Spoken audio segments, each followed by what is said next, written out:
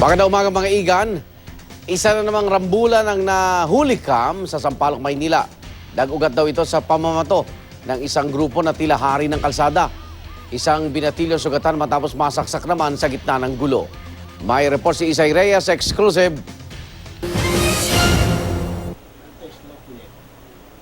Pasado alas 4 na madaling araw nitong Sabado, naaktuhan sa CCTV ng Barangay 412 Zone 42 sa Sampaloc, Maynila ang rambulan ng dalawang grupo ng kabataan.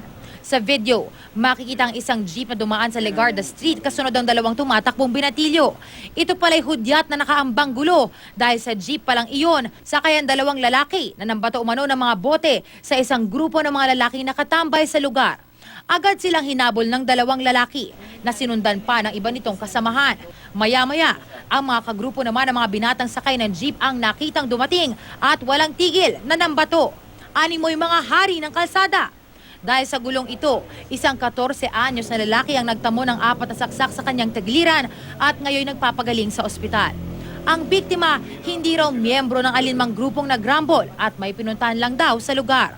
Ayon kay Barangay Captain Filomena 5, pangalawang beses na raw itong nangyari sa kanilang lugar.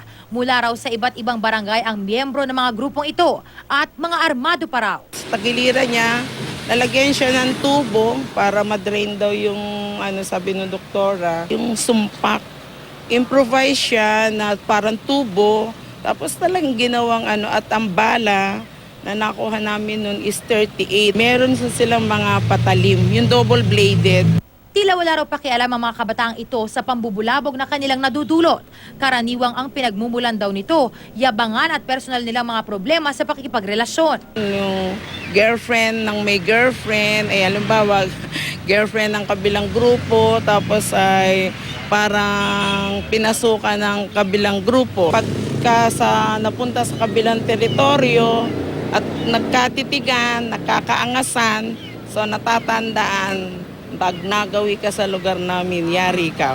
Mas lalo pang pinaigting ng barangay ang seguridad sa kanilang lugar sa abot ng kanilang makakaya.